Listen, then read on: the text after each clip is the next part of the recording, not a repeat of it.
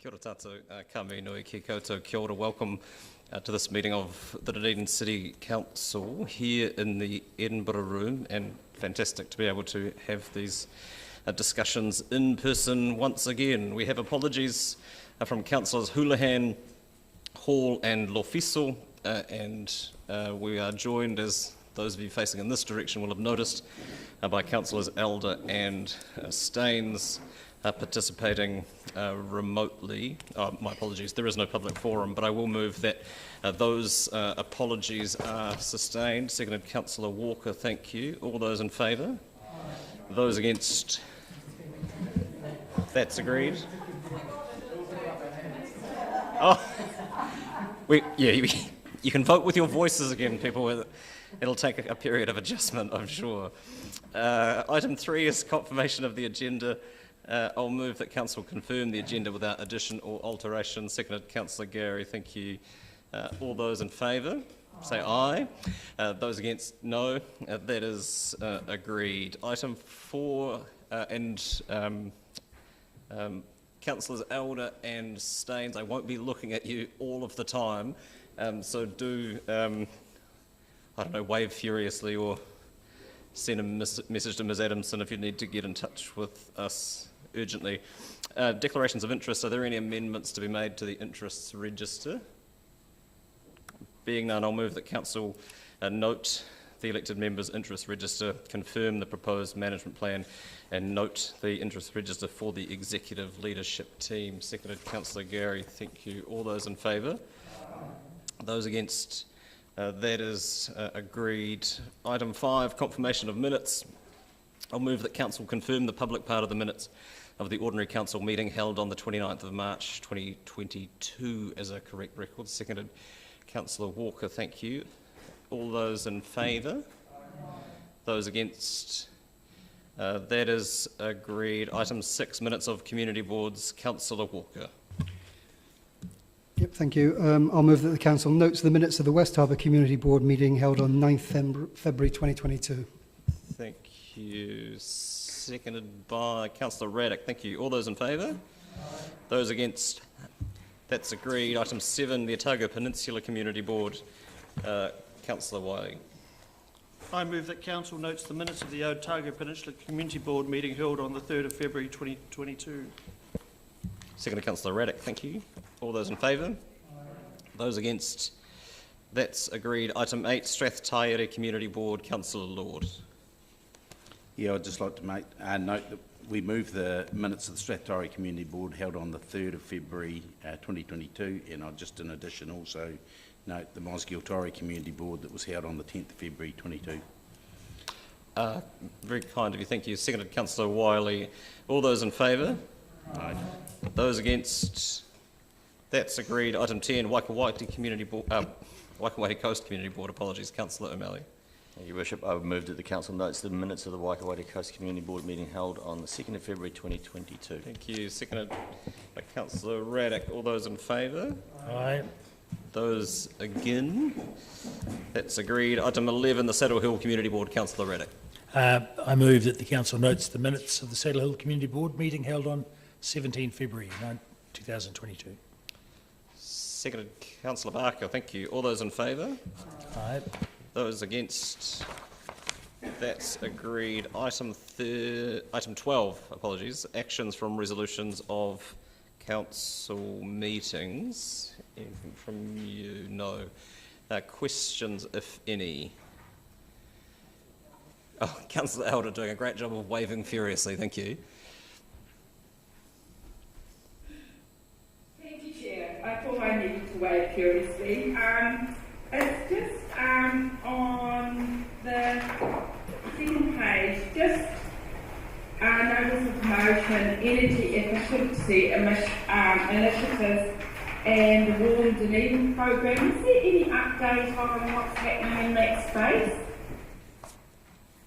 Does anyone know? I should have asked beforehand, but that was something. No, I have no update other than what's written in the report. But as far as I'm aware, the program is still paused. Okay. Thanks for that. No further questions. I'll move that we note the open and completed actions from resolutions of council meetings. Seconded, Councillor Lord. Thank you. All those in favour? Those against? That's agreed. Item 13 is the council forward work programme.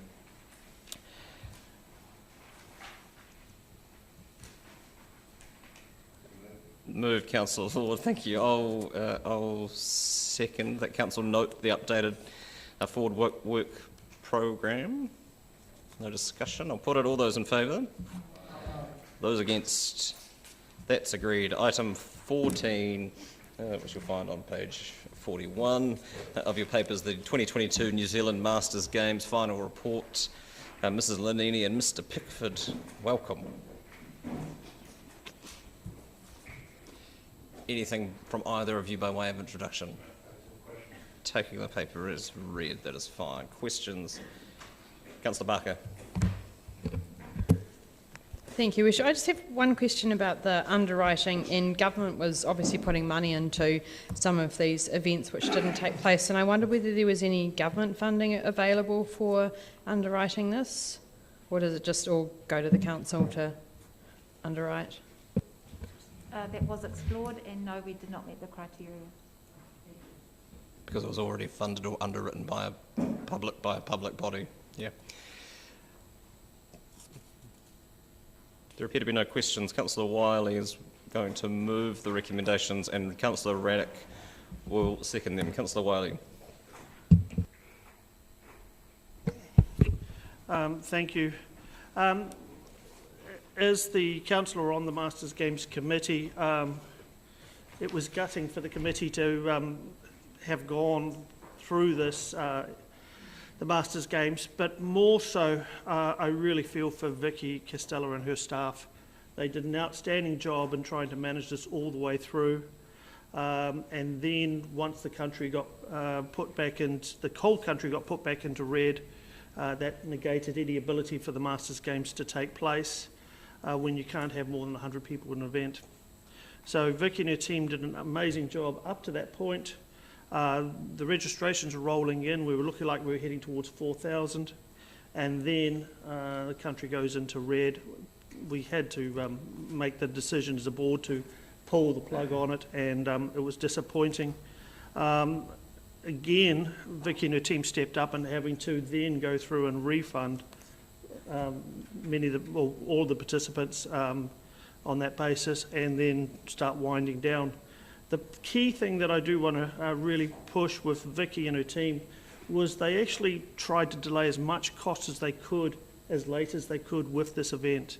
And there were some really outstanding things that they'd done. For example, they'd really worked hard with OUSA around the staging of what was going to be the hub of the games, and really make that work and minimise those costs. But there were a lot of costs that were already in play, just to market the event, and you would have seen a lot of that marketing exposure ahead of time.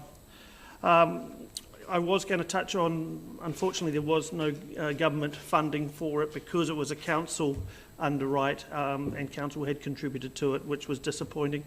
The big part I felt for the city, and this is why we did try and keep it going to the last moment, is because a lot of our sporting entities around the town really love the Masters Games and do an amazing job for it, and it helps them financially as well, and it helps raise the profile of their facilities.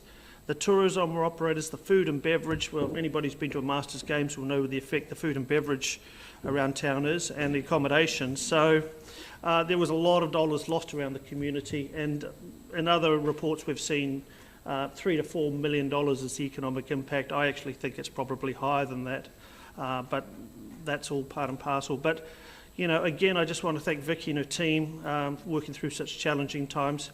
Also, thanks to my fellow board members, the Dunedin Masters Games chaired by John Brimble, and they, everyone really agonised over the cancellation.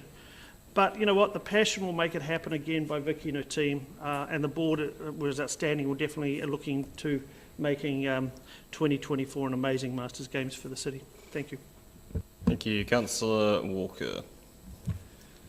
Yeah, thank you, Your Worship.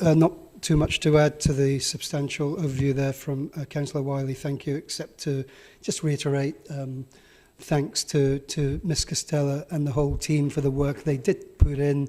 This is the right thing for us to do, particularly in the context of the fact, if you weigh up the 100,000 against the potential income in 2024, and I probably agree with Councillor Wiley, it's probably more than the 3 to 4 million.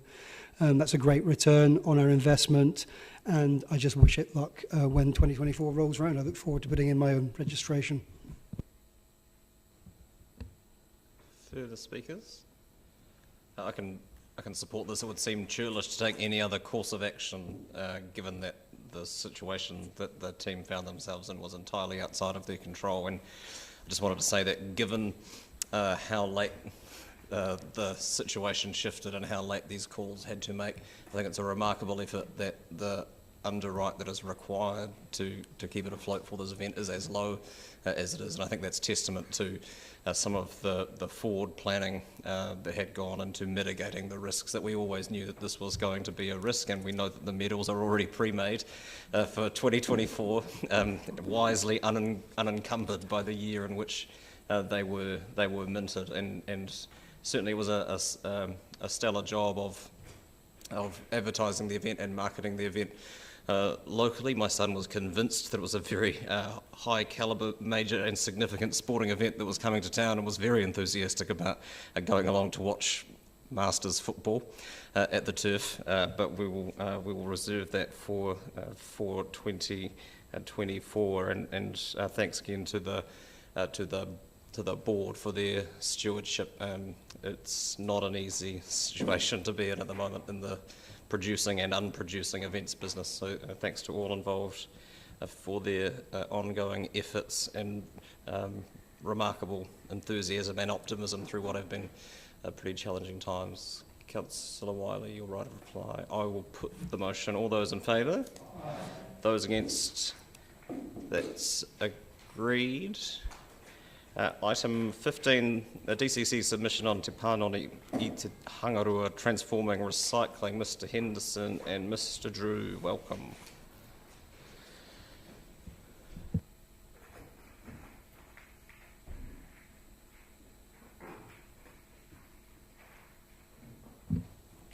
Anything from either of you by way of introduction? No questions. Fantastic, thank you. Questions? Councillor Gary. Thank you, Your Worship. I'm not sure which one of you, possibly Mr Henderson. Do we have any idea of how we would handle it? There was mention of 1,000 population.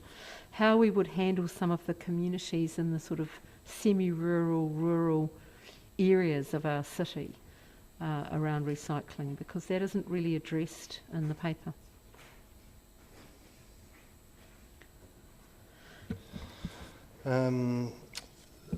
Through the Chair, thank you, Councillor.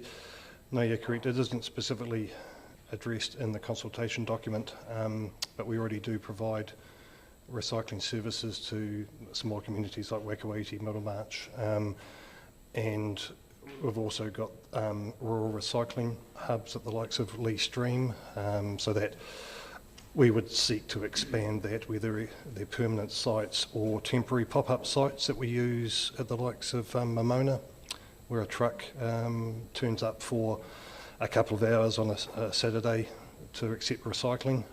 There's a couple of ways we could handle that. And so would you look to make that, it's great to hear that the possibility of expansion, would you look to make that consistent in terms of the application, and then consistent with whatever curbside recycling obviously we're doing, but in that kind of manner? Would that be the yes, general indication? Yep, certainly we'd want to make sure that those services are available as far as reasonably practical to all residents. Yep. What feedback do you currently get about people's confusion? Because it was great to see that in the submission around the education aspect of any future developments in the transforming recycling. Do you currently get a bit of feedback about people's confusion in the community as things change and what we do changes? Yes, we do, Councillor. There's generally you get the feedback that we're always changing things, which, you know, it may seem that way. We have made a number of changes in the last few years in relation to various events. The main one is obviously there's ongoing confusion about bottle caps and wine bottle tops and that kind of thing. I guess it's a simple thing that people get used to a system, and it's very hard to reach each and every person when we change it and to get that behaviour to stick. So the expectation would be, would it, that if there's a consistent application throughout the country, and if we're all on the same page, that the take-up in the community would be much higher? Would that be your expectation? That certainly would be my expectation, and obviously the university is a great example of where you have a whole lot of people coming in from other areas of the country which may have different recycling systems that they are used to. And so, yes, we do the education campaigns, but once again, it's trying to get that behaviour to stick. Excellent, thank you. Thank you. Councillor Lord. Yes, thank you, Mayor. Mr Henderson, I was just having a question about the incentivising of returning beverage containers by a 20-cent levy. So, I mean, I distinctly remember the days of collecting lemonade bottles and taking them back and recycling them, but this will not mean that the same containers are reused. This will be a case of the owners will then have the responsibility of dealing with them in an appropriate way. Is that correct? I mean, for non-glass, particularly plastic Coke bottles and that sort of thing. Yes, the end use isn't decided in the recycling, but obviously it is putting the onus back on the producers to reuse or recycle that. Obviously glass is much easier to sterilise and reuse, but plastic would tend to be recycled into new containers as opposed to reused. And I don't know if you'll know the answer to this question, but currently, for example, stubbies and beer bottles and that sort of thing that could be reused, do you know if they are being reused at the moment, like good glass stubbies that are used once, or do we always get brand new ones every time? Apart from transportation issues, which have occurred sometimes, all of our curbside collected glass goes back to Auckland to be remade back into glass containers again. I see, okay, thank you. Thank you. Councillor Walker. Thank you, Your Worship, and thank you for the submission. It's excellent, and proposed measures are also very welcome. So my questions relate to the executive summary points. First one is number 7. That's around the 20 cents charge that is described as an acceptable level. And I guess I ask this in the context of inflationary pressures around at the moment, and how we arrive at that 20 cents based on, obviously, the incentive to return against the disincentive, of course, for people to pay that extra at source, which has become, I guess, more critical now with us sitting in a time of inflation pressure. So is that amount informed by international best practice, or, yeah? Yeah, there's quite a bit of, I've got a copy of it, quite a bit of supporting documentation that MFE put out for this consultation. And in there they've got references to basically where that figure of 20 cents was based on some international research and based on some research that they did in the New Zealand context as well. 20 cents was the figure that they landed on. I believe they were looking at 10 cents or possibly up to 50 cents and ended up at the 20 cent. So I guess further to that then, because some other countries have had this running for a while, have you got any sort of data, and you have to answer it specifically, on the sort of rough percentage return that tends to accrue in other countries that have this sort of charge? I can only give you ballpark figures based on, just off the top of my head, but I do remember that over in Victoria and Australia it's really quite successful. And they are seeing figures in the 80% mark for return of containers. And the second point, question, is the next point actually, where it talks about the refundable amount. There would be a non-refundable scheme fee of approximately 3 to 5 cents to cover the cost of the scheme, and that would be, you're suggesting that would be absorbed by the producers. So the question is, what levers do we have or the government have to make that happen? Are there any?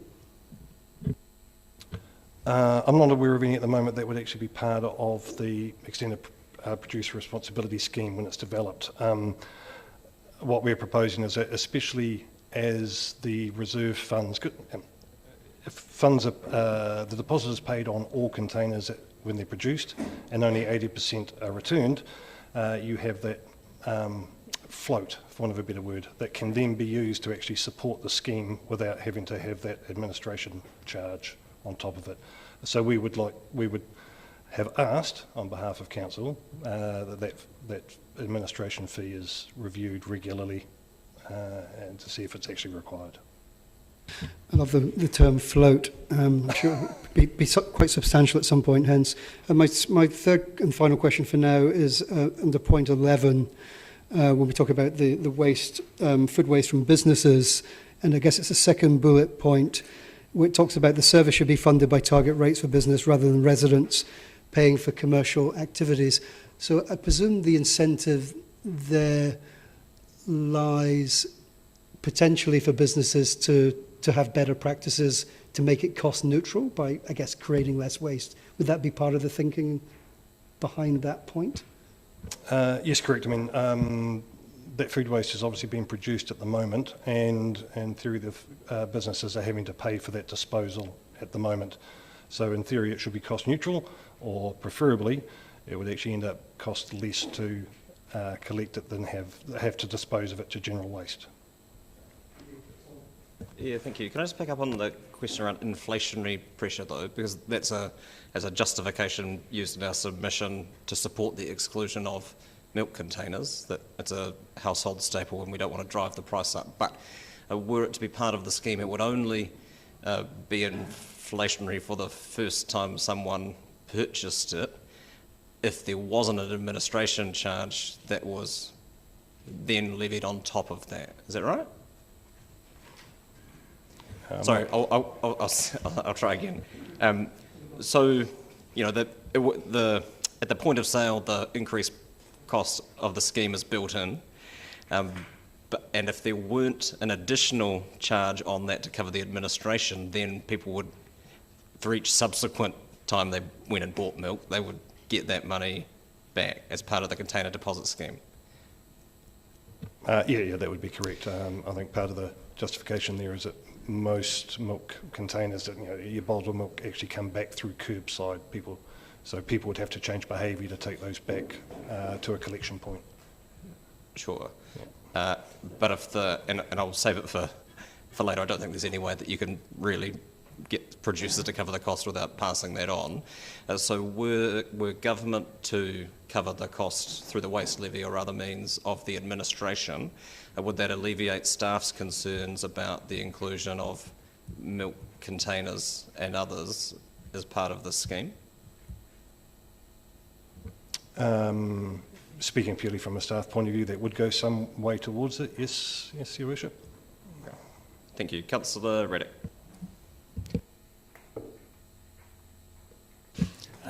Just a couple of questions out of curiosity. We've just heard about item 7, 20 cents per beverage container, and then 5 cents to cover, say 5 cents, a quarter of the price, to cover the scheme costs. Is that based on actual data from overseas, like Victoria or Europe or somewhere, the actual costs of recovery? Yeah, the supporting documentation does talk about an average of costs from other schemes, yes. Sort of around the world type of thing.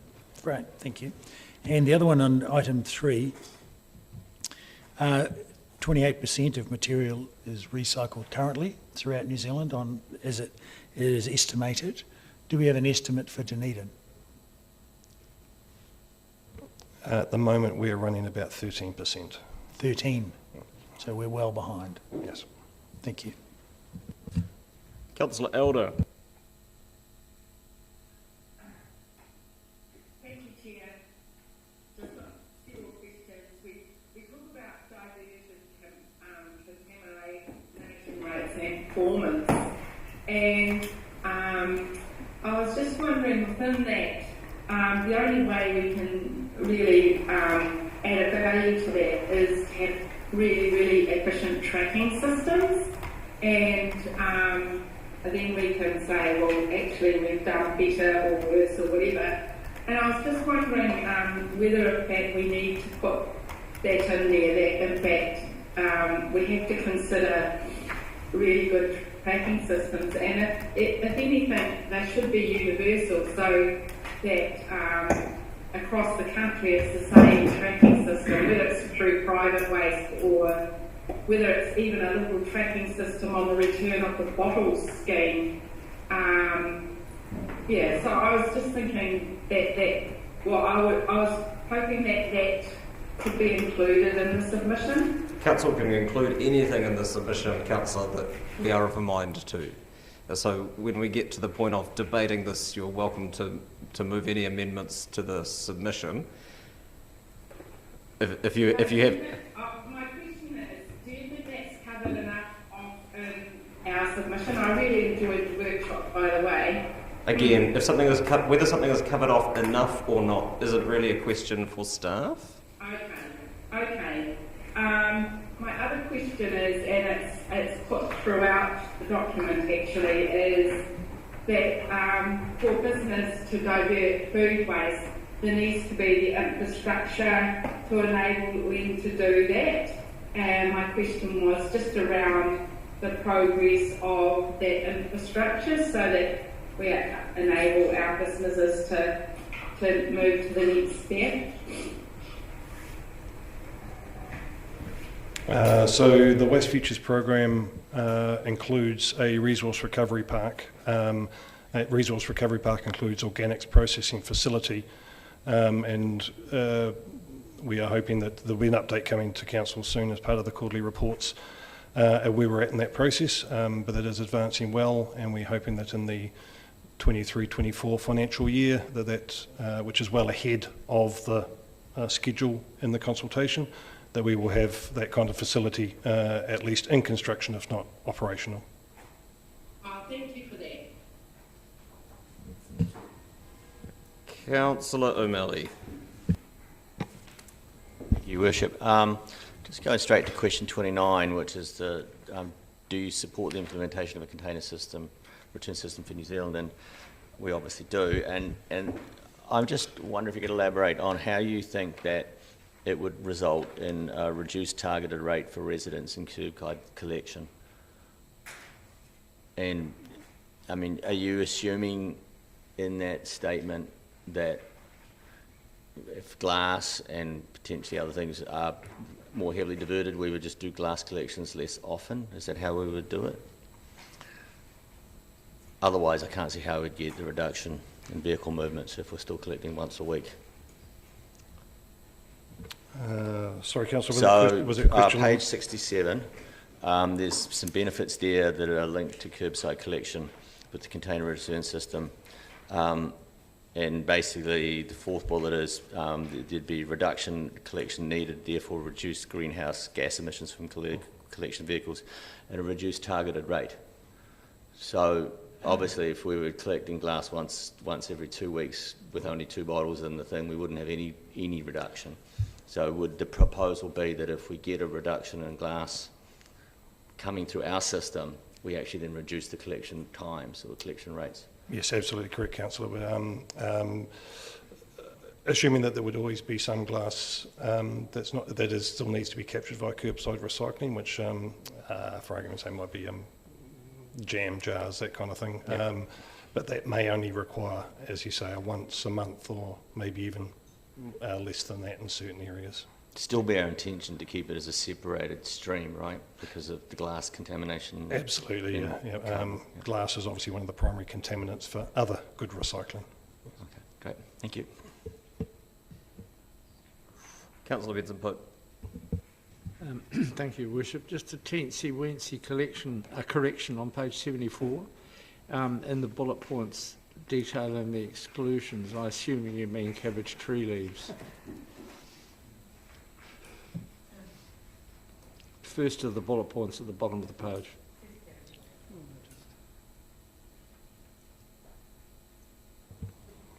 So, what's the correction, sorry, councillor? Cabbage tree leaves, I assume. Understood, yes. Right. Don't want to discriminate against the proud cabbage. Thank you, councillor. Councillor Gary. Thank you, Your Worship. Mr Henderson, on page 74, just above what we were talking about, the list of exclusions include compostable bin liners and so forth. Could you speak to that? Because I think that is one thing that's very confusing for the public about things that say they're compostable and they're not. Yes, certainly, councillor. At the moment, there is no standards in New Zealand for the claims of compostability or biodegradability, etc. So some, but certainly not all, of the products that are labelled as compostable may only be compostable via commercial means or by hot composting, or may not in fact be compostable at all. They may just break down into smaller contamination. And until we have some standards, it's be very difficult for a facility to accept all of those materials. And I saw the comment about confusing it with plastic bags too. Yes. And so does that same thing happen with coffee cups, single-use coffee cups? Yes, it does. The cardboard itself that they're made of is recyclable, but then they have the waterproof coating applied, which means that you can't actually break them down to recycle them in a lot of cases, yes. Thank you for clarifying that. Further questions? There are none. Someone like to move the recommendations? Councillor O'Malley, thank you. Is there a seconder? Councillor Benson-Pope, thank you. Councillor O'Malley. Thank you, Worship. I just want to thank staff for an excellent submission, actually. This has been an issue that we're facing when it comes to zero waste and circular economy, and I think it's good to see the government's initiative here moving in this direction. My question that I asked about glass, though, is a sort of something that we'll have to recognise as we go forward, is that our own systems will have to change in the face of this as we get more and more successful. I think it's just a journey of many steps, and one of the things that I've noticed over the years is while we try to strive for perfection, we ended up making no steps at all. So it's better we get going on this. His Worship raised a question which I know also came up in when we workshopped this, and that's around putting a cost into the deposit that is not recoverable by the consumer. And I would think that is a particularly, one of my favourite terms, neoliberal kind of concept here, which is a cost recovery requirement when we're trying to get environmental outcomes here. I think that we should be always focusing on the environmental outcome and obviously doing it as efficiently as possible, but not putting any barriers in at all for good outcomes. So if the deposit was identical to what you got when you brought the container back, that surely must position it for the most highest rate of success. So it's good that we've got it in there and we are addressing it, but I want to be really absolutely certain that we are saying that if you put a cost in there, you are undermining the very event that you're trying to achieve. I think that's something that we need to drive home. Thank you. Thank you. I would like to move an amendment to the submission, just picking up on that point, that Council request government, through the waste levy or other means, fund the operational elements of the container deposit scheme, as opposed to the producer pays principle, which is outlined in the submission. Is there a seconder? Seconder, Councillor Gary. Thank you, and I won't speak to this for any particular length of time. I just think, while I salute the producer pays concept in principle, I can't see a way that you can stop the producer then transferring that cost on to the consumer. There's no way, there's just no way of doing that, and I agree with Councillor O'Malley that to give the scheme the best chance of success, you need the cost that is imposed at the point of first purchase to be the same amount of money that people will get back. Otherwise, you're in this perverse situation where our environmental outcomes are causing unnecessary inflationary pressure at a time when we're all very consciously aware of that.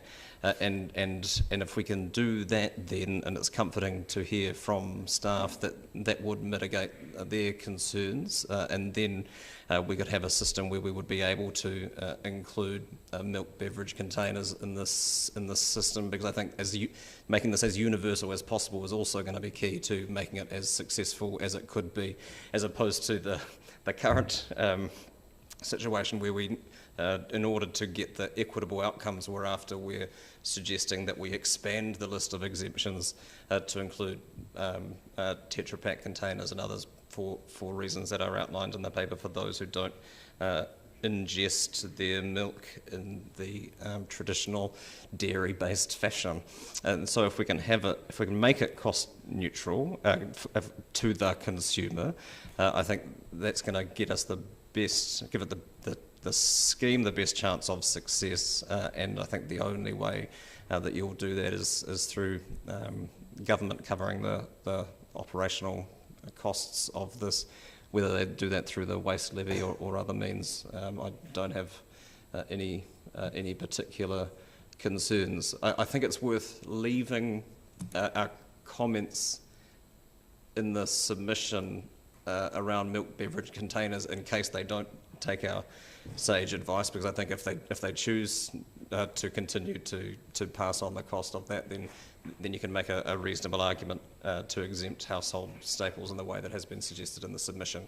But I think the ideal outcome would be the far simpler outcome, and that's government picking up the tab of running a scheme that we know will be popular and that has proven itself both here historically and internationally in the past.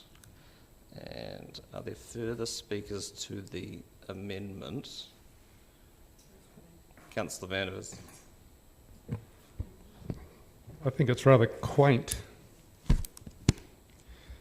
that somehow getting the government to cover the operational costs improves the situation at all. My understanding and experience of government covering operational costs is that if it's the government doing it, it's far more expensive than if private enterprise was doing it for a start. And the idea that you don't want the costs to be borne by the directly affected consumers basically means that you want the cost to be borne by everybody else, and probably at double the rate by the time it goes through a government system. Government covering the operational costs might actually be more effective if there was an endless supply of the government's ability to just print money. And the way things have been going in the last few years, it's understandable that people might think that that is the case. It certainly seems that way. However, the very value of money itself has been degraded by the government printing so much. Government covering the operational costs, to me, is simply a way of guaranteeing that those costs are considerably increased and borne by people that aren't the direct consumers. And for that reason, I would be voting against this amendment. Thank you, Councillor O'Malley. Thank you, Bishop. I think I'll touch this later on in my speech to the actual substantive motion, but it has to be carried by somebody, and I guess whether it's the government or whether it's the manufacturer would be the question here. The issue with the government carrying it, I think, is that maybe you could, we've taken the levy out, have we, from the resolution? is that we've got to start having an approach to the environment which says that there are burdens that have to be carried, and there's no way to put a model of zero-sum game or return on investment on that model, because the environment has to be the thing that sits at the top of your decision-making process. And at that point, there's only one agency out there that's supposed to be administering all that, and that's the government. So I'm happy to go with this amendment, if no other reason than to have the government have to answer as to why they don't think they would. Thanks. Further speakers? Councillor Walker. Yeah, just very briefly, and thank you for bringing this this amendment. I mean, I did ask I asked the question earlier on about who picks up that cost, and I think I said, what levers do we have? And in fact, I think we found the lever. We ask the government to do it, and whether, I mean, in response to Councillor Vandevus's point, to me, and it backs up what Councillor O'Malley said, it doesn't really matter for me where it comes from. We can bicker about this all we want, and all the while the icebergs continue to melt. So let's get on and do it. Thank you. Councillor Raddick.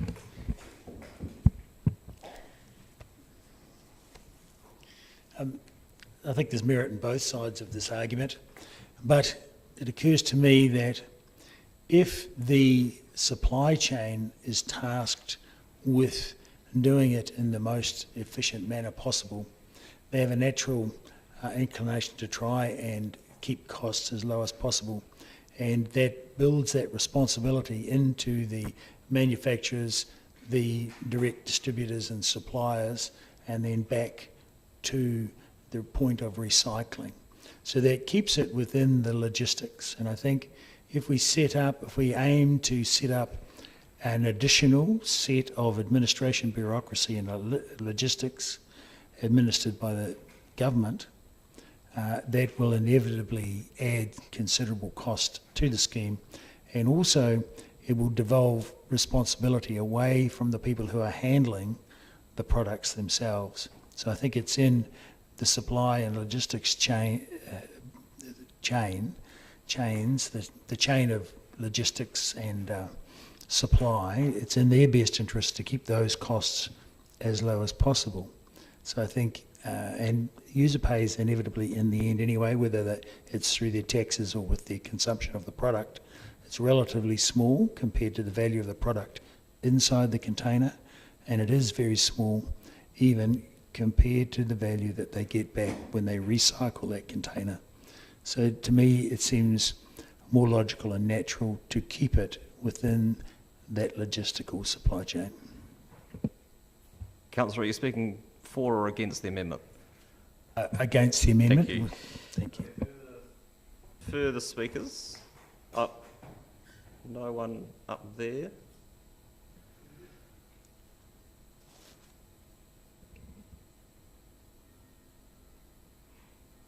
No?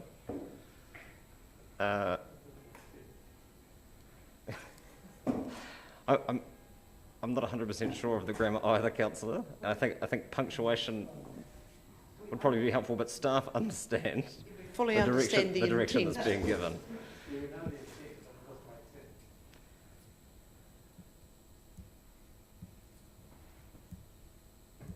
I think if you took out under, that would make it easier to read at the very least. And it's specific to the container deposit scheme. Yeah, thank you. And thank you, colleagues, for the discussion. I mean, fundamentally, yes, the costs will need to be borne somewhere, and it becomes a philosophical debate about whether that gets borne at the household level and therefore everyone pays the same, and people on lower incomes pay a disproportionately higher amount to keep this scheme going, or whether we decide that we want to collectively fund it in order to make that as equitable as possible, and I think to give it the best chance of success as possible. And I will call for the vote. All those in favour? Those against? That's agreed. Thank you. Councillor Elder is speaking to the substantive motion.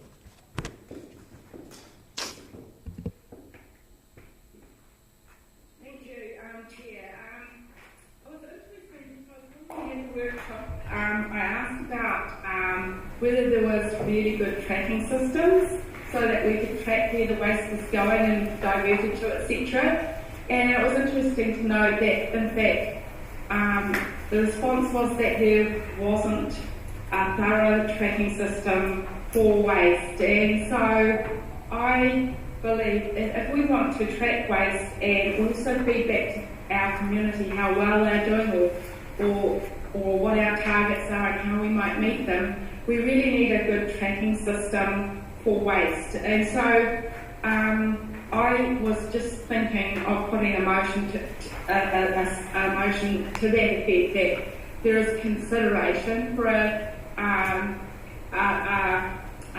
resilient tracking system for waste so that we can monitor our performance, and that it was universal across the country, because what you might find is that Auckland have a different system to Wellington or whatever, and so there is no consistency, and our performance might be really, really good because we've got a different tracking system to Auckland. Councillor, it's unclear to me whether you're speaking to the substantive motion or speaking to an amendment that you have moved and hasn't been seconded yet. So which? Okay, the easiest thing, Councillor, Councillor, the easiest thing for you to do would be to write that down and send it through to Ms. Adamson. I'll come back to you. I don't think the remainder of the submission hangs on the success or otherwise of that amendment. So don't panic and get that through in writing. Thank you. Further speakers? Councillor Barker, thank you. Someone needs to buy Councillor Elder some time. Thank you. It shall only be a short time because I don't have that much to say, but I was very glad to see this come through and see the government leadership in this. Many times as we've discussed waste minimisation through the years that I've been here, we've been saying we need the government to lead the way, we need the government to lead the way. And to simplify this stuff, it was great to see the key point about the curbside recycling, which is there's no national consistency, and as evidence from some of the questions from what's in, what's out of your waste bins, it's very confusing. And who hasn't stood there with a bottle and a cap and wondered, cap on, cap off, etc. So that was great to see that. And the container return scheme, like Councillor Lord, I was also running around collecting bottles. We're all talking about a certain age bracket here, I guess, and getting the money back for them. So I think that's useful, and I think the amendment is useful as well as making sure that there's equitable charges where it belongs. And I was thinking about businesses having more red tape if those charges are put back to businesses as well. So that seems like a good outcome to me. So I've bought some time, but just a little. Thank you. There's more coming. Councillor Gary. Thank you, Your Worship. I too remember the collection of bottles and how successful that was. It was part of what we did in those days.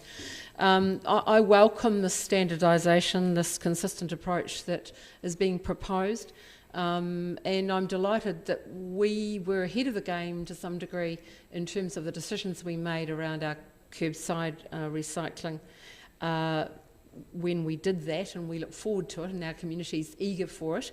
And I believe that will make a huge difference to the uptake, because that confusion does exist out there. It exists at many different levels, to squash or not to squash, to take caps off or not to take caps off is a weekly issue.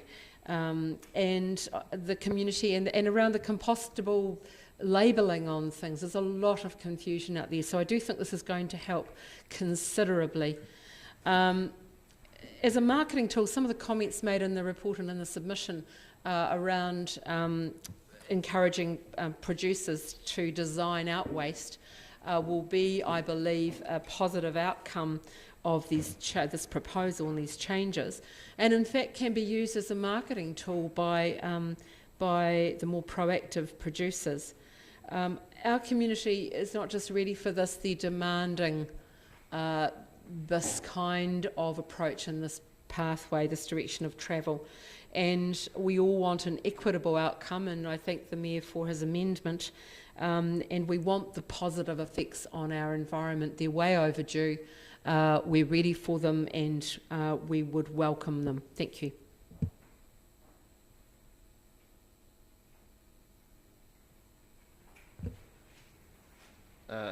Councillor Elder has sent through an amendment. I'm conscious also that she's spoken to it, so We will wait and see it and see if there's a second and take it from there.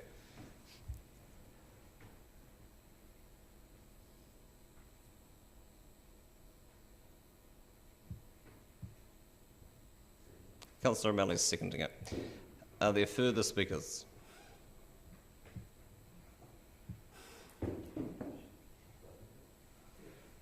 Yeah. I saw that clarification. Would you like to speak to it, Councillor? Yes, I just want, didn't. Yes. Again, it's an amendment to our submission, so I think it's an additional point to bring in that the government would need to consider when it comes to the bigger picture. It doesn't necessarily completely relate to this, but I think it's worth putting it in, and that is that we ourselves inside the city have trouble understanding where all the waste streams go, and we do need to have better understanding of that. So bringing this to the government attention, I think is a good thing. Thanks. Thank you. Councillor Elder, your right of reply, should you need it. Oh, my apology. Apologies. Well, I'll save you the effort, Councillor. I don't know why I'm raising my voice. I don't know if it's helpful or not. But procedurally, it is also out of order in that you don't have a right of reply to an amendment, as my procedural sage on my left has reminded me. So don't panic. I'm going to put it to the vote. All those in favour? Those against? That is agreed. Are there any further speakers to the substantive motion? I just want to thank the staff for wading through and navigating what is one of the more comprehensive consultation documents that we have been faced with turning around a response to in reasonably short order. So thank you for that. It feels like the Ministry for the Environment have been talking about these schemes and the potential design of some of these things for a very long time, and good to know that we're finally getting to a point where we might find out what it looks like. I think the comments that have been made around the mandatory reporting of waste, whether it's collected by a public or private entity, is incredibly helpful for us as a city in terms of knowing the scale and the composition of what it is that we're dealing with. I think the work around separating out, and there will be assistance required for business to separate out their food waste, makes sense given that it is one of the more considerable climate liabilities in the waste stream. But I think in particular, and just picking up on Mr. Henderson's point, given that we have a very high turnover of the local population year on year with the incoming undergraduates, I think there's going to be particular value for us here in Dunedin of having a consistent curbside collection system up and down the country, so that wherever, assuming they've come from places of a population 1,000 or greater, and not all of them will, but an overwhelming majority of our incoming undergraduate population will have come from the same system that we will have, and will give them the greatest chance of being able to perform their civic duties from a waste management point of view. I've almost lost track of where this started. Councillor O'Malley, I think you're right of reply. I was fiddling with my mask there for a while. Thank you, Your Worship. I note Councillor Gary's point actually about recycling is in fact correct. We are well aligned with the submission already, which is good, and I think that reflects, I will compliment the staff of Waste Environmental Solutions for the amount of work they've done over the years to get us to that position. And the idea of setting up a national consistency is a particularly important thing. Just coming back to the container return and the question of cost recovery, remember too that the manufacturers have to source raw materials anyway when they go to make a product. So an enhanced return system gives them more raw materials. So whether or not this will actually incur significant costs or not will remain to be determined anyway as we get into the middle of it. But I do want to, in the risk of, no, I think I said it in the start, so I'll reply to myself. I do want to emphasise we have to have a change of attitude when it comes to waste in general. We used to dig a hole and we used to pay a trucking company to take it to that hole and fill it in. And there was always return on investment. In fact, we looked at our own landfill as a source of money for the city for a long time. We've got to get rid of that attitude. We have to acknowledge that we're interfacing with the environment, and we cannot be doing environmental damage on our daily business. And so we have to make that the main priority of everything we look at. So I think this submission is completely consistent with that worldview, and I want to thank the staff for that, and I want to thank my fellow councillors for supporting it and putting in the amendments they did. Thanks. Thank you, Councillor. Some of us don't remember the bottle deposit scheme, but we did have Camelco cash for cans and BP's vending Pokey machines for return, which is germane to a subsequent item on our agenda. I'll put the motion. All those in favour? Those against? That is agreed. Thank you. Item 16 is not quite that perfect segue, is it? It's the other one in between. Road user charges. Mr. Drew, welcome back.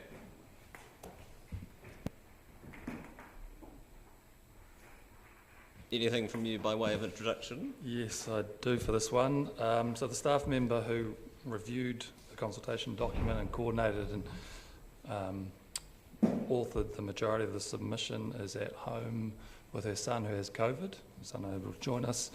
And Ms Benson's also not available, so I'll do my best to answer your questions. But speaking of wading through significant consultation documents, this one was also quite significant. It had 89 questions that they were seeking feedback on, and staff have tried to prioritise council's feedback on existing work programs and strategies of council. Thank you. I have a question to start off with that you may not be able to answer, given your caveats. It's just around the question that we have responded to around whether or not revenue from RUCs should be hypothecated to transport investment, and our submission seems quite open to using it for other purposes. And this is a question. Has there been any consideration given by staff from a policy point of view as to how you might more clearly define what those non-transport investments might look like? Just mindful of how the fuel excise taxes were just treated as Crown revenue ultimately, and we've shifted away from that. So how might we make sure it's achieving the outcomes that we want it to? Yeah, that's correct. So it's not traversed in any detail in the consultation document, and my understanding of the document, there'll be further opportunity for consultation as they work through the process, and it envisages 3 sets of changes. Staff have thought about some of the things, but not the detail of how it would be administered. I mean, I think one of the examples used in the document was councils installing soundproofing on homes where the transport network is causing noise pollution. Okay, thank you. Further questions? There appear to be none.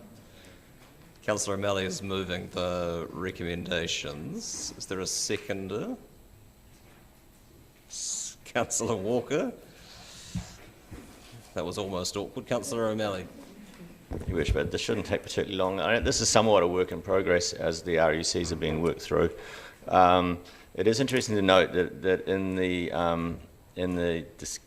introductory documents it says RUCs were originally introduced in the 1970s to better charge for damage to roads caused by heavy vehicles, but the sentence needs a little bit more added onto it, which we're now operating at higher rates thanks to the gutting of KiwiRail.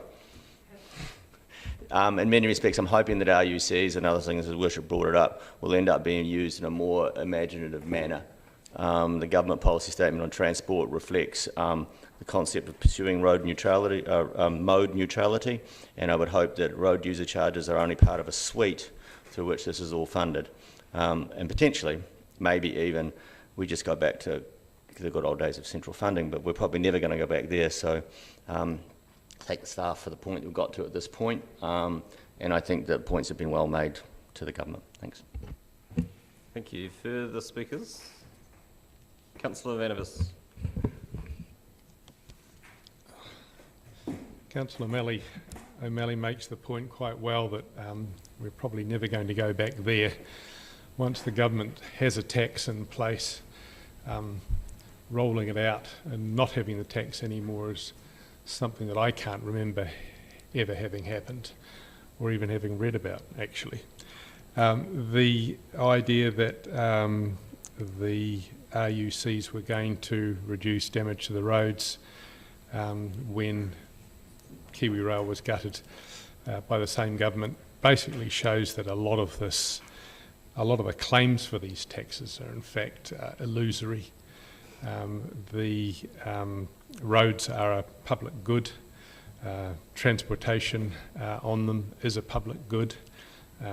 Use of trucks to move most of our stuff around is a public necessity.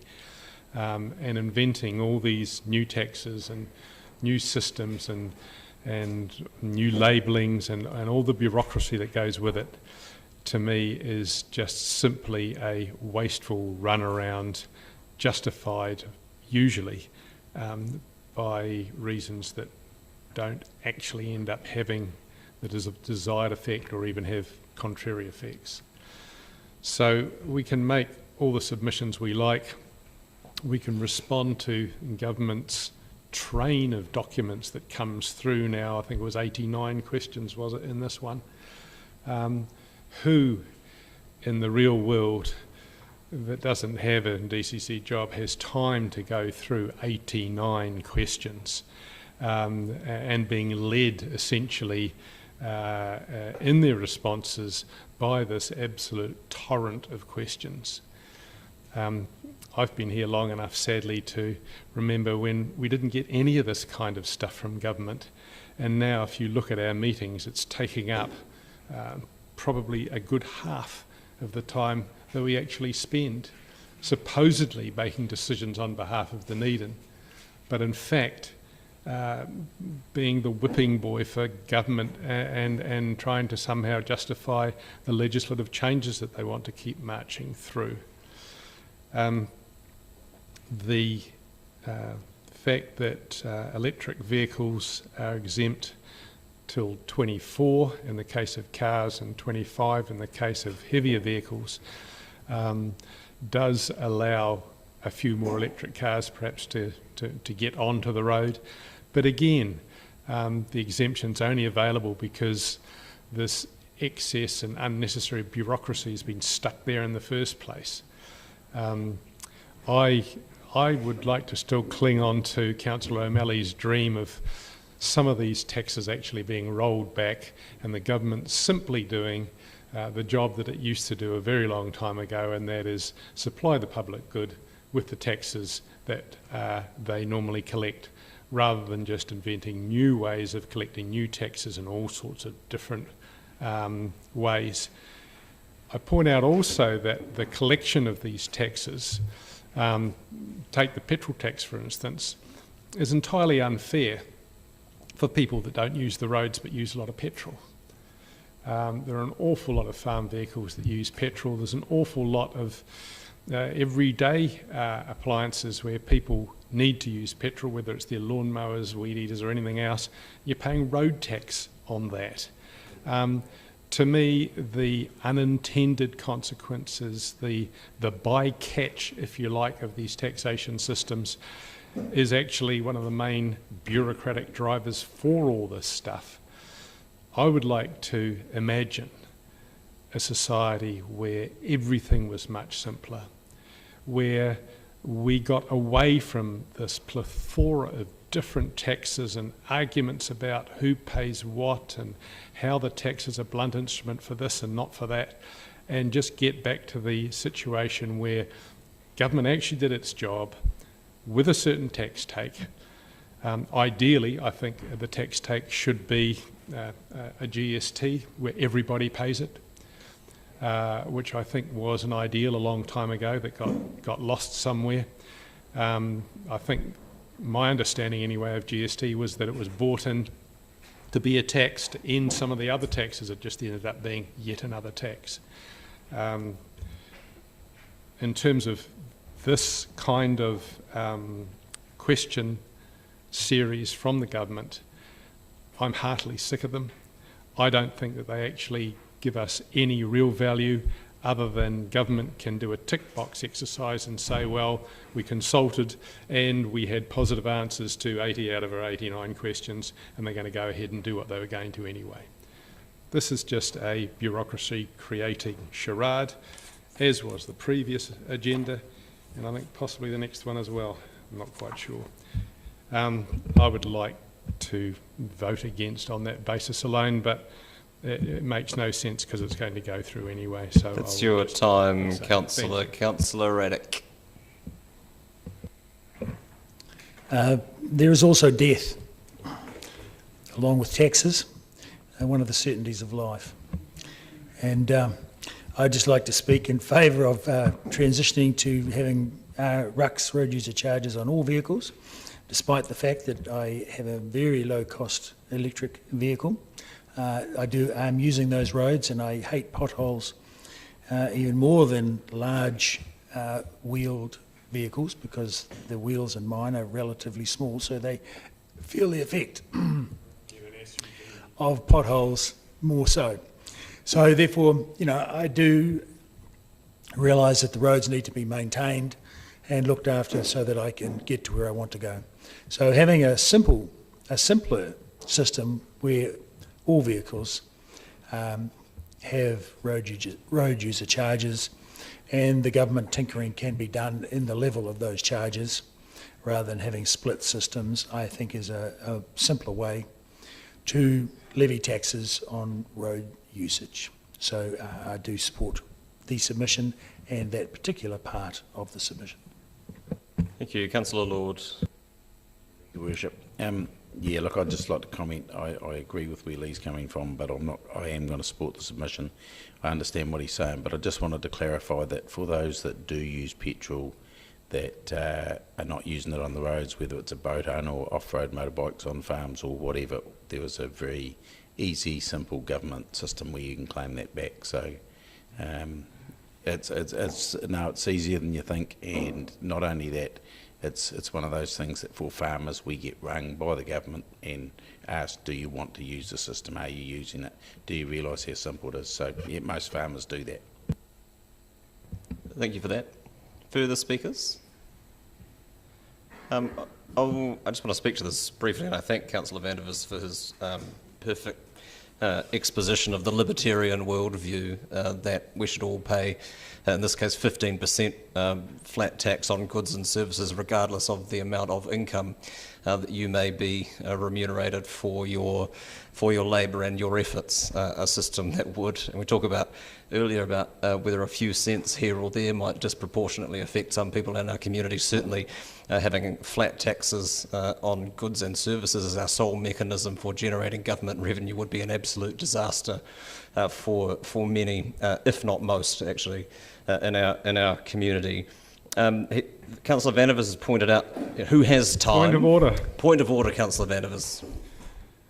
Your claim that it would be a disaster for many, if not most, in our community flies in the face of the fact that the very rich in this country currently are able to avoid most taxes except GST.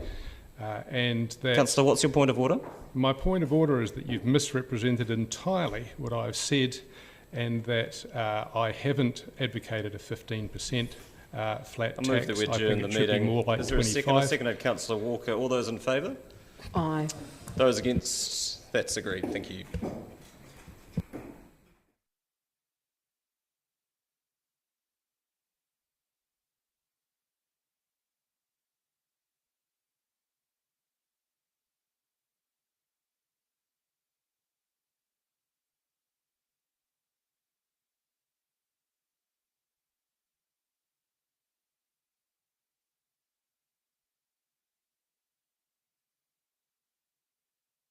Hold the point of order, a point of view, a different point of view, and that does not constitute one of the points of order. So I'm not upholding it. Thank you, Councillor. I agree certainly with Councillor Vandervis's comments around the barriers to an everyday person in navigating what are extensive consultation exercises on government.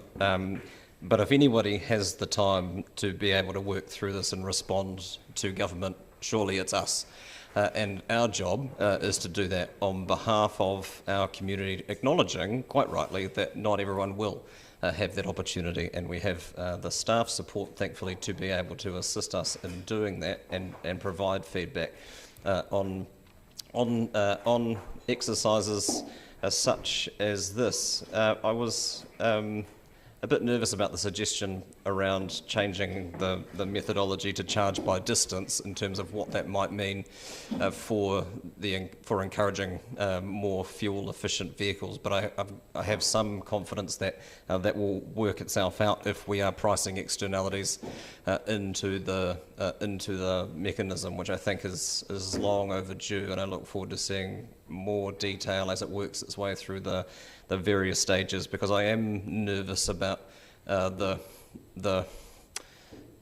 creep that could occur if there isn't a clear framework for investing in collecting money through transport levies and then spending that money on non-transport related projects. I agree that there's certainly scope to be a little more creative in how we can use that funding to mitigate the externalities, and I think the acoustic soundproofing example is a good one, but I think it still needs, as this develops, a clearer framework for how those sorts of decisions and those sorts of investments would be made to stop it effectively becoming part of the Crown accounts and therefore just invested into anything that suits the government of the day, as opposed to what it is collected for, and that is to offset the impacts of transporting goods and people around the country. And if there are no further speakers, Councillor O'Malley, your right of reply. Thank you, Worship. I will touch too on the number of people who would have been replying to this. I'm pretty sure that the transport companies will also be very interested in this, and I don't think this was necessarily intended to be one which was going out to the general public. Councils as road controlling authorities are heavily affected by the cost of maintaining transport systems and therefore are affected by the government policies around road user charges. My conversation with staff also and generally around transport people is that the fuel excise duty as a component of funding is anticipated to be less and less of a component of funding as we get rid of internal combustion engine cars and go over to electric vehicles. So there has always been a foreshadowed hole of funding coming forward, which I think this is starting to address. I completely agree with His Worship about this not going into the general fund. We certainly saw with the COVID lockdown that the excise duty was a one-way street, and that when there was one not generated, the government was not quick to come forward to make up the hole, and so we were just told there was less money in the pot. So definitely I think ring fencing it and making sure it's associated with transport are appropriate. My comments earlier on were really about the tendency to, rather than generally tax, to try to always identify specific taxes so that people can be happy with the, oh, well, I don't use that, so I won't pay for it, and really don't believe in the swings and merry-go-rounds approach to the economy, is that I'm just always concerned about adding a tax, I'm not concerned about government needing to get the revenue in to perform its purpose of government, which is a slightly different point. I thank the staff for their submission. Thank you, Councillor. I'll put the motion. All those in favour? Aye. Those against? That's agreed. Item 17, the DCC submission on reducing Pokey's harm consultation. Ms. Wikaira and Ms. Huako, welcome.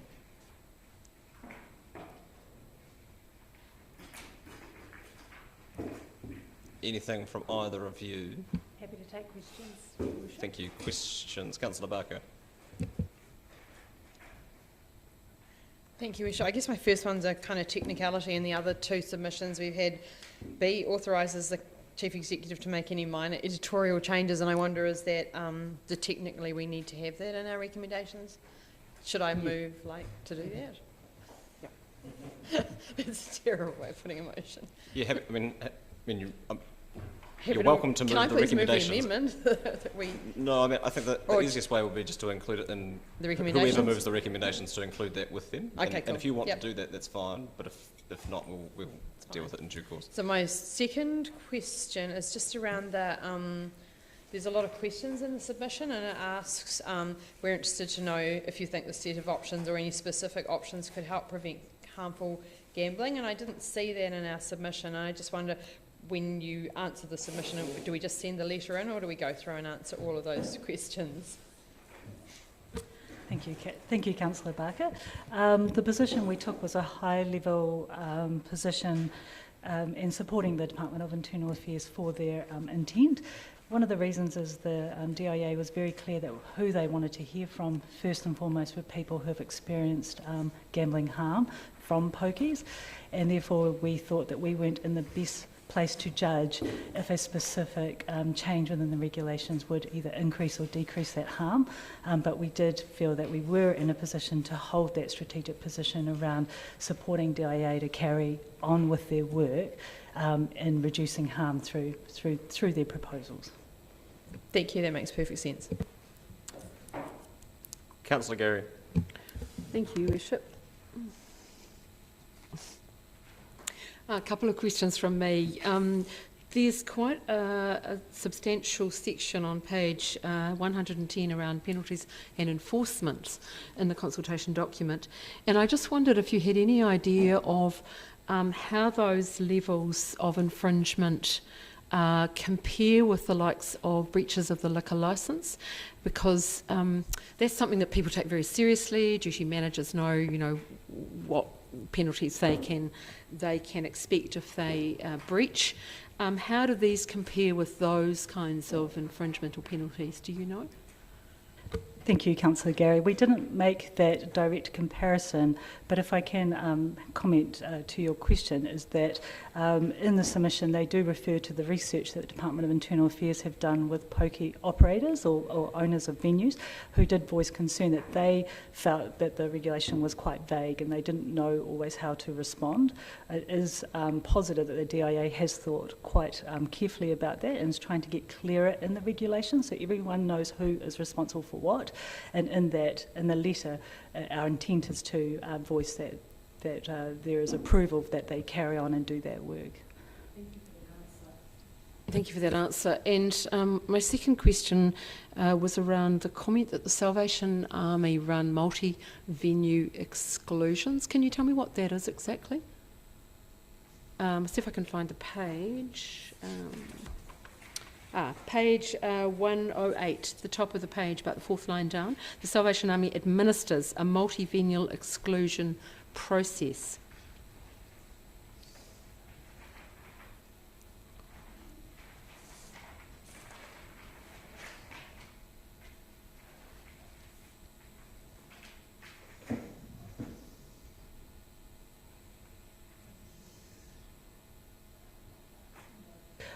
I think the clear answer is, sorry, we haven't looked at that point, but we can come back to you with more information. Yeah, I'd be interested to know that. And my final question is, although it's outside the scope of the consultation, it's still relevant. So I was very aware when we went through our bylaw changes and reviewing the sinking lid policy, that obviously the casino pokies are not included in the Class 4. How is that regulated? What is the mechanism for regulating the casino pokies? It is through their part in the Act under the, they have a different class. So DIA is the regulatory body, as you know, that will assess compliance with that. In this particular submission, even though it is not related, as you've correctly pointed out, to the casino pokies machine, there is more clarity around what we expect of venue owners in regards to engagement, and we can only hope that that also transfers to other forms of gambling regulations. Thank you. And finally, one further question. In terms of the training proposed and the talk of training, I mean, I could imagine a scenario where you've got, a hospo worker or somebody in the club, not always on particularly high wages, and a young person often. trying to deal with an older person, and it might be gender difference too, how realistic it is to suggest that you can train someone to deal with this kind, identifying and then managing problem gambling. You raise an excellent point there. From what I understand in this consultation document is that the DIA has also received that comment back from venue owners, and what the response so far is to clarify the regulations and non-compliance and the enforcement procedures. The council's view that we've taken is that we support the DIA to do that work, but we wouldn't have a view over how realistic it is, or if A works better than B. We think there's other providers who have first-hand knowledge of that who are better positioned to answer quite technical stuff in there. There is some technical stuff having around played software. The pokies, I have no idea. Thank you very much, and thank you for all the work that's gone into it. Councillor Wiley.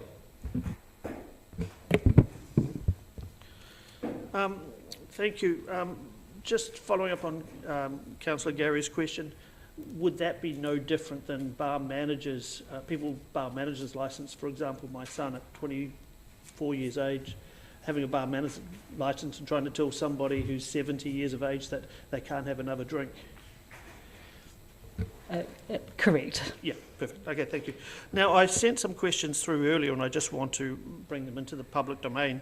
And one of them was, did any discussion take place in writing this letter to DIA and to the submission with any of the local venues, the Pokey operators, the people at the venues?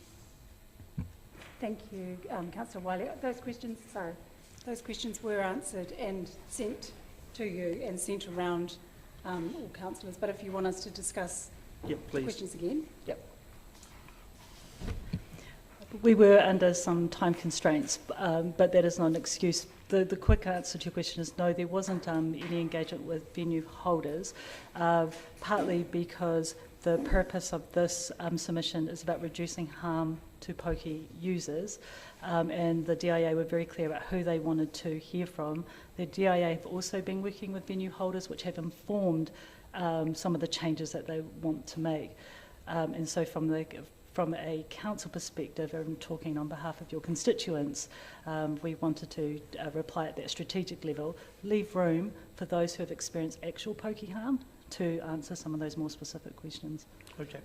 Do we know what percentage of people do experience Pokey harm of users? We have some stats, but there's always caveat around some of those numbers because some of them require self-identification, which is private. So, for example, a stat that I received from Sport New Zealand said 0.5% of problem gamblers, 1.3% are moderate risk gamblers, and 3.1% are low risk gamblers.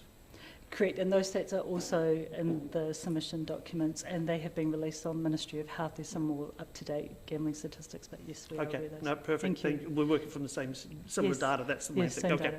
Data. Then, did anyone writing this policy or writing the submission go and actually visit a Pokey site or to see if the signage was up and ticking the boxes accordingly? So DIA is the regulatory body that assesses compliance and enforcement. As DCC staff, we wouldn't have any legitimate reason to do that or make a judgment on that.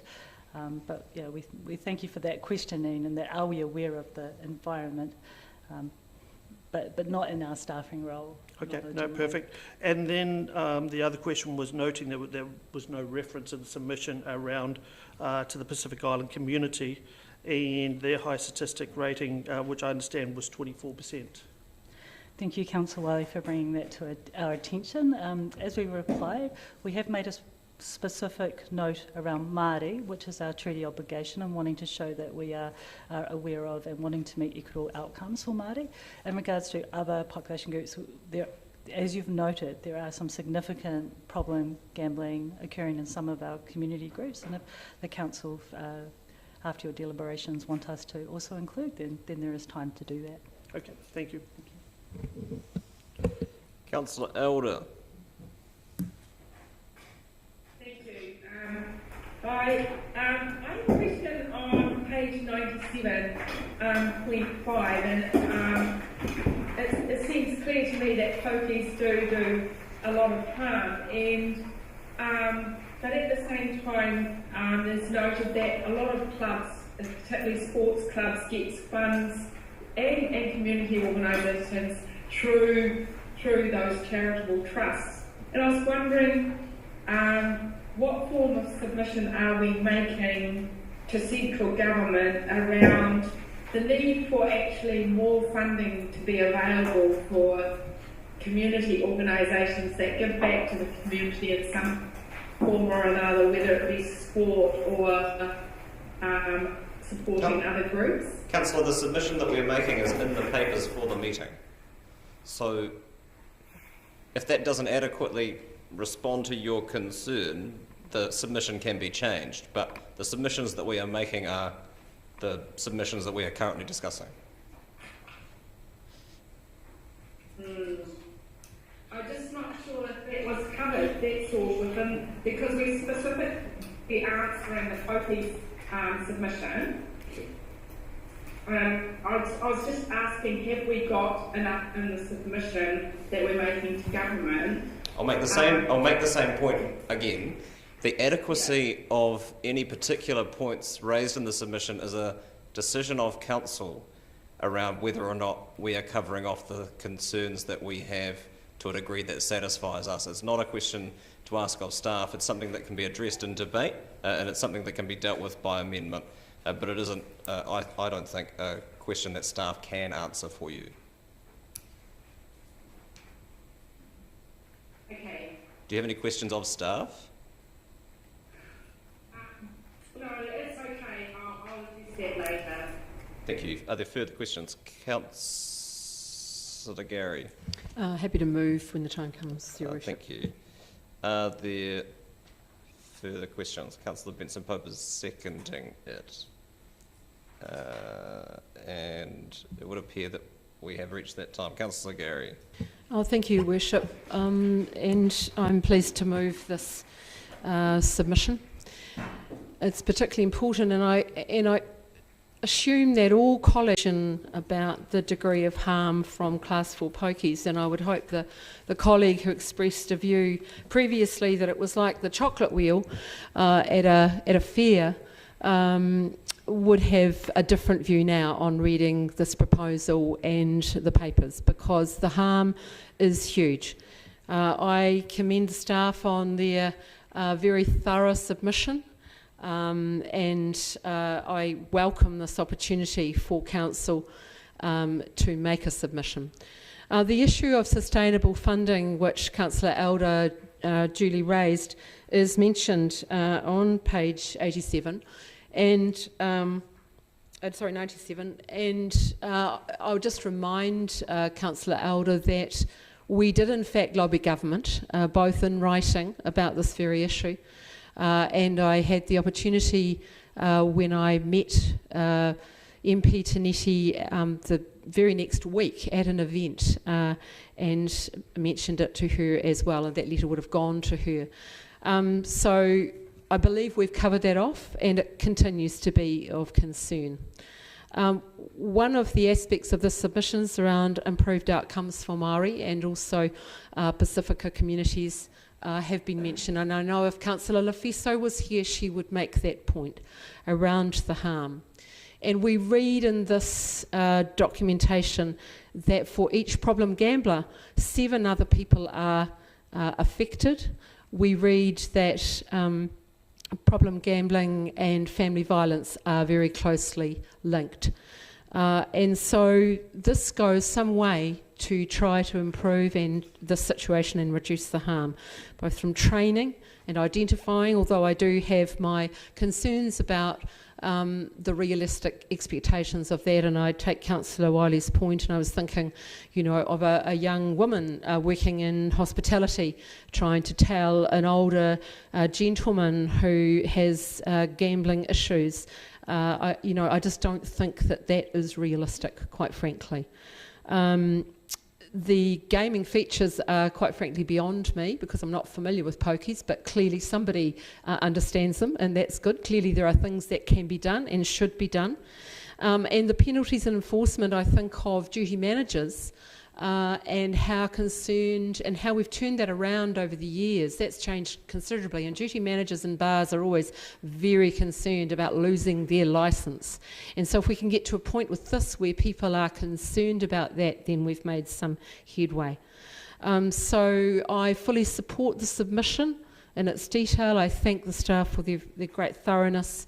And I look forward to changes being made to reduce the harm in our community, and reminding colleagues that the point was made that not all the funding that comes from pokies goes back to the communities from which that money is lost. Thank you. Thank you. Councillor Lord. Thank you, Worship. Yeah, no, look, I support this wholeheartedly. I appreciate the fact that staff have made this submission on our behalf and written this submission. I guess I've always been in a situation where I've probably been able to avoid the particular addiction of pokey machines, but I see the harm it does in our community, and I see the harm it does just like, I see the same harm with Lotto. I see the queues on a busy day outside Pack and Save and that sort of stuff, and how it affects the people that can least afford it. And while on occasion I have flooded $10 or $20 in a coin-operated machine, that the lure's never ever got a hold of me, but I know it does, and I know it's an extremely strong addiction for those that do get it, unlike something like, say, horse racing. You probably go to the horse races for many years and never become particularly addicted and just flutter a wee bit here and a wee bit there, but things like pokey machines can become truly addicted with just one session on them, and it's just the full nature of those places. Lights on, no windows, no curtains. You can spend hours in casinos and those types of things, so I'm totally supportive of this if it's going to help anyone in our community. Thank you. Further speakers, Councillor Wiley. Thank you, Your Worship. I guess I would have to be confessed to probably being the gambler of the group. I definitely, when I read this submission and read the attachment documents, let's have a look. I see that I'm identified as having a 33% chance of being an at-risk gambler because I spend over $50 in one session occasionally, and I play pokey machines at 2 or 3 times a month. And yes, occasionally I will win a little bit, $100 or so, but unfortunately I've yet to win a jackpot. The key thing that I look at in the submission is, to me, the government's already made up their mind. And I support the staff and what they've written here, but unfortunately I won't be able to support this submission. What it has led me to do is actually I will go and make my own submission on that basis, but I will take some of the themes from the submission and place it in mine. The key part that I look at is when you actually experience some of these vending, these pokey areas, and see how they operate. Spend some time watching them. You will see people like Shane at Wobbly's, Radar at Cableways, and Bruno at the St Kilda Tavern. They are very real in the sense of what harm the poker machines do, and they really focus on their customers, just like they do with the alcohol policy. And to label every pokey venue as a den of gambling and everything else is ridiculous, in my opinion. There are a lot of people who enjoy that space, like myself, and can do it comfortably and do it safely. But when I identify, obviously, 33% chance, I guess I better watch how I spend my money. And thank goodness I've got horse racing, according to Councillor Lord. But when I look at the submission, it does really lead me to the fact that the government's made up their thinking on this. When you look at the Appendix B, the Class 4 venue requirements of the Gambling Act 2003 and the Gambling Harm Prevention and Minimisation Regulation 2004, much of what they've talked about hasn't changed. In fact, gambling machine turnover has dropped by 20% since 2003. I guess one of the big factors also is that you can only put $20 in a machine at any one time. You can't put $100 notes in or anything like that, thank goodness, and I think that's actually a really plus. The machines can be addictive, and they're actually designed to be that way. But when I look at a lot of the techniques that have gone into the machines and some of the areas they're talking about, in Australia they've already implemented some of those things.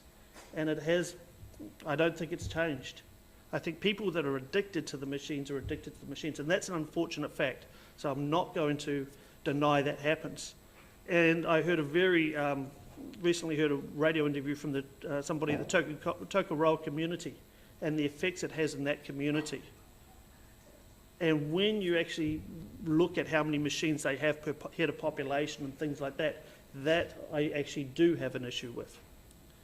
But you do need to recognise that for every dollar that goes into the machine, 90% of it goes back to the players. 10% is collected by the machine, okay, or by the trusts that run them. And approximately 3% is returned to the community groups through the various trusts. And I sort of touch on what Councillor Elder was leading to in the sense of about point 5 of the submission. When we talk about the community reliance on the funding from Pokey machines. One thing that I have been made aware of recently was actually how much money is sitting in the proceeds of crime pool. And the fact that actually, if the government was actually going to really want to assist a lot of the not-for-profits and community groups, a couple which I chair, I think it would be important that we actually look at how the proceeds of crime could actually move across on that basis. And I'll be bringing that to the Community and Culture Committee in good time. Just to finish off, I do believe that those with problem gambling habits will not be affected by the modifications in the machines. I believe there are problem gamblers and gamble regardless, and any modifications aren't going to affect them. I guess we saw that what happened in April 2020 when Pokey venues were closed and lotto sales went up. The growth in online gambling and other online gambling is actually the more serious issue that I think the government should be tackling at this time. Thank you. Thank you. Councillor Reddick.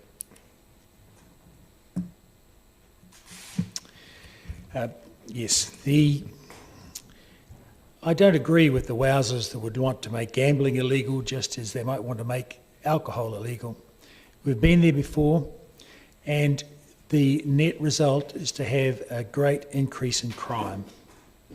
And the crime associated with having gambling or alcohol, for instance, being made illegal, makes for much greater profits going to a criminal underworld. And having Councillor, gambling... I'm just going to stop you there for relevance. Nobody is suggesting, certainly not on the submission, that gambling be made illegal. So if you could turn or alcohol for that matter, if you could turn your mind to the submission, that would be helpful. I'm getting there. And so I disagree with point number 4 in the submission. However, that is a matter of council has already voted on that, and that's just simply a fact. And the point is that we have a sinking lid policy to reduce the number of Pokey machines out of sight. But the thing is, with the Pokey machines, they return a very high percentage of the proceeds from those machines back to the community. So half of the proceeds of those machines go back to the community, and the rest goes back to the costs of running the machines. And that there's quite a lot of social good that comes from those proceeds. But similarly, having the gambling there visible within the community and in front of the community enables problem gamblers to be identified and their problems addressed. Otherwise, they would be hidden away in illegal venues or doing their gambling online, with far greater profits accruing to some overseas location or to some criminal element. So it is better, in my opinion, to have it transparent and out in the open, where at least it can be monitored and the harm moderated. So I agree with this submission, and that this is about reducing the harm. That will do. Thank you. Councillor Walker. Yeah, a long line of things I wasn't actually going to speak to, but I will, just in response to some of the other other speeches. Thank you to the team for the submission. And I like the tenure of it, and I like the direction it's going. And I'm proud of it to be in a council that previously voted around our sinking lid policy. Just a couple of points around what other people have said. Councillor Wiley mentioned, he said, oh, thank God the machines only take 20 buck notes, but I think the council needs to realise that $20 for many families in New Zealand means a difference between food on the table or not. And both him and Councillor Radic have mentioned the proportion of the money that goes back into the community, but I don't think giving one person a $25 million lotto prize is really good just distribution of wealth in my mind. And I think Councillor Radic said a majority of the Pokey's money goes back to the community, but that money does not help the devastated families, the divorce, the loss of savings, the loss of houses, the harmful impacts on children, etc., etc. There's a reason why gambling disorder is recognised as a serious addiction, and that addiction is having massive detrimental effects on New Zealand. Thank you.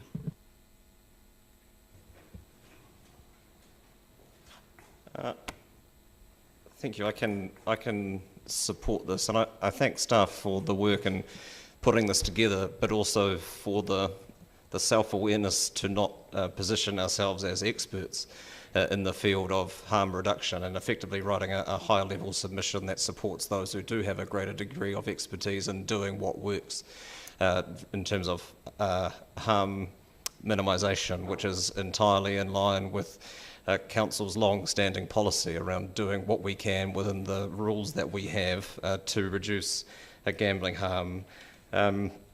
And Councillor Wiley said that the machines can be addictive and they are designed to be that way. They are. But that is also what we call saying the quiet bit out loud. The machines are addictive and are designed to be that way. How pernicious an industry is that?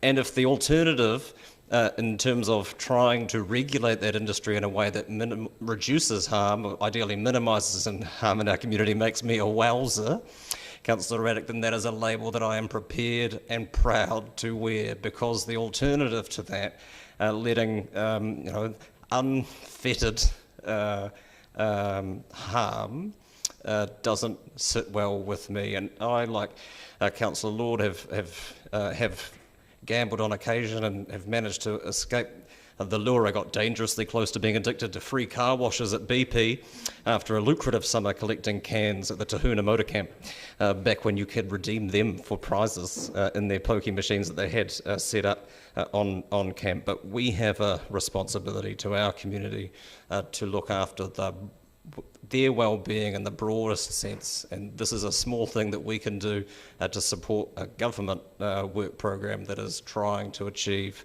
the same thing. And because we have inevitably relitigated Council's previous decisions and the arguments around how this money is returned to the community, it isn't. The money is returned to a community. It certainly isn't returned to the community from where it was collected.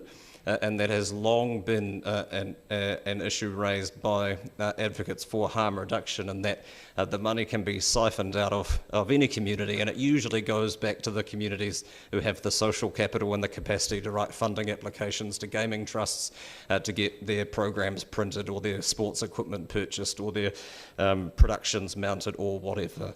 And that remains the single strongest rebuttal, I think, to the line that we are sold that this is something that is ultimately could be seen as a community good, because the money goes back into community groups. I don't think that is an accurate description of it by any stretch of the imagination. Councillor Benson-Pope. Thank you, Your Worship. I'd like to, first of all, thank the staff for the work they've done on the submission, which, as has been commented, is in line entirely appropriately with the very sensible policy of this authority in terms of the sinking lid and so on.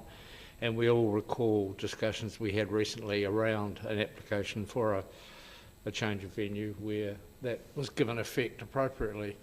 And I'd also like to observe that I think the The Department of Internal Affairs should be congratulated for a much more active and robust approach to its monitoring role and supervision role of this industry.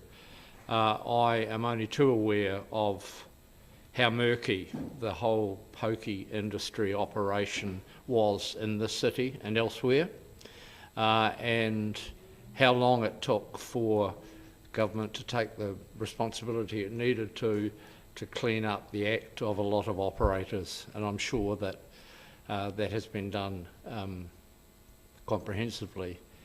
But you stole my word as well. I don't think there's anything more pernicious than this, Your Worship, more pernicious than this gambling industry. It creates blood money that goes to other than those who donate it, and we would be well shot of it. So I'm more than a little surprised by some of the comments that have been made, but they're on the record and they stand for what those members represent. I think this is a good submission. I think it is progressing in the right direction, and I think it's only appropriate that members of this authority and this community acknowledge the comprehensive harm that is done to many parts of our community by machines that are designed to encourage addiction. It's been said 3 times, and that is an extraordinary condemnation of both those who create those machines and those who operate them. Councillor O'Malley. Thank you, Worship. I was struck by a statistic in the middle of this, which was 0.5% of people are problem gamblers. Any product that you put out in the market where 100 or 200 people were adversely affected to that extent would be considered an extremely dangerous product. So you can't say only 0.5%. That's actually an incredibly high and dangerous number. I can correct you on the effect of horse racing. I had an uncle who was not a success in life, I would have to say. And it actually took the intervention of his sisters to take hold of his paycheck to make sure it didn't all go around the racetrack at Addington every time he got it on every Thursday. So problem gambling, problem gamblers, I do agree with Councillor Wiley, problem gamblers will find a place, but that doesn't necessarily mean that you don't act on what you see in front of you. Thanks. Thank you. Councillor Gary. Thank you, Worship. Well, I said when I started to speak earlier that I would have expected that all colleagues would have understood, if they didn't understand previously, the harm, the level of harm caused by Class 4 pokies, but clearly not by some of the comments. Councillor Lord certainly outlined the harm involved, and Councillor Wiley has, Councillor O'Malley has reiterated that as well in terms of other kinds of gambling. But we know that these machines are addictive.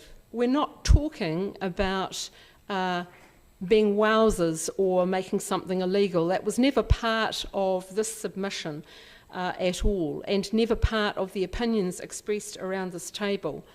But I couldn't sit here in good conscience and know that the funds that come from this, and we realise there's a problem with that for our community, that the funds that come from this come from harm caused to people.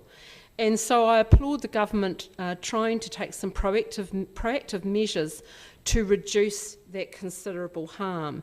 And as for online gambling, that was well articulated during our policy review. And my memory of that is that Class 4 Pokey machines were a great deal more of a problem than online gambling, although the perception may be different from that. That is what I believe I understood from that. Our sinking lid policy is something that we should be proud of. It is the right thing to do for our community. I applaud the staff for their very high level in terms of the approach to this submission. And this is about social good and the harm in our community that we know disproportionately affects our Māori and Pacific families. And I just remind people again about that 1 in 7 rule. I take the point that Councillor O'Malley made about the percentage. That was a very interesting fact. But remember that for each problem gambler, 7 people are affected, and as I said before, the link with domestic violence is massive. So thank you, colleagues, for those who do get it. For those who don't, this is not about stopping people gambling. This is about addressing the harm caused by problem gambling. And I thank staff for the work done on it. This is the responsible thing to do, and I'm pleased to see the government move in this direction. The other thing that they need to do is move in the direction of more sustainable funding for our community groups, because that is the missing link for many of the people in our community. Thank you.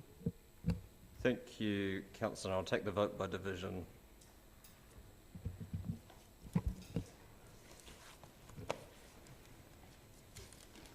Councillor Barker. Aye.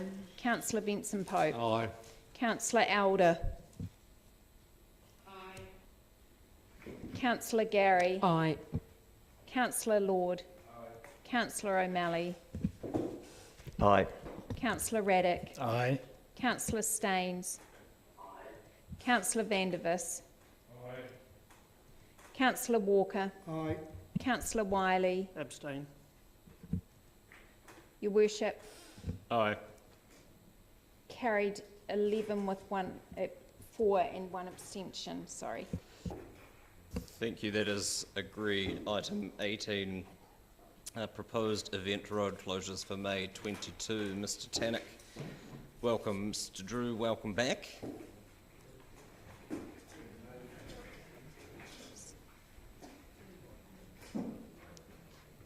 Anything by way of introduction from either of you?